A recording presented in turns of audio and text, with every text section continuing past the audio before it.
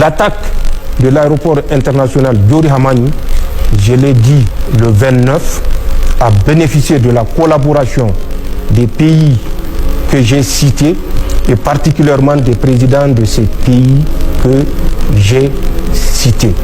C'est une attaque qui a regroupé du moto des mercenaires de GSIM ou GNIM comme vous voulez, 10 motos plus un véhicule de l'EIGS et 20 motos du mouvement Boko Haram, son aile ISWAP, qui a élu domicile dans la zone de Sokoto-Katsina, Kébi, Zamfara, et que nous avions en son temps alerté les autorités nigérianes.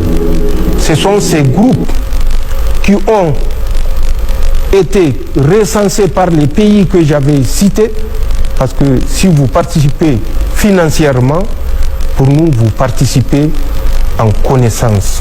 Et vous ne pouvez pas vous offusquer quand on sort pour citer vos noms. L'attaque a coûté aux sponsors 300 millions. 200 millions pour les préparatifs, 100 millions pour revendiquer. Parce que si vous l'avez constaté, et c'est ce que j'ai dit, suivez toujours ces gens, vous comprendrez quand vous recevez une pierre, d'où vient la pierre. Pour revendiquer, aucun groupe n'était disposé à revendiquer. Contrairement aux habitudes, c'est près de 72 heures après que l'EIGS a revendiqué. Mais nous savons aller au-delà de lignes, parce que nous avons les moyens d'aller au-delà de lignes. Pour qu'il revendique, il a bénéficié de 100 millions cash de francs CFA. C'est en ce temps qu'il est parti revendiquer.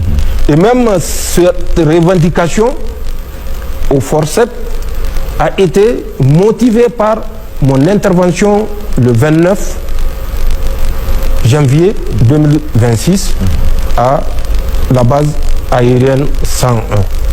Il fallait démentir une évidence et il fallait trouver le bouc émissaire au coût de centaines de millions, et ce bouc émissaire a été l'EIGS.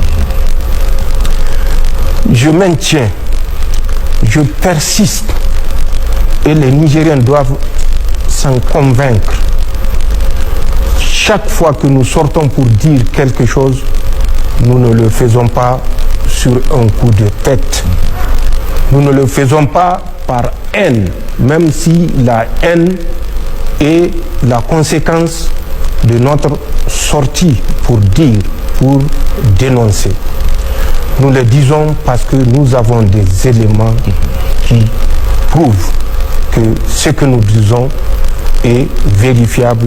Nous avons les écrits, nous avons les acteurs et nous avons les moyens mis à la disposition de ces mercenaires.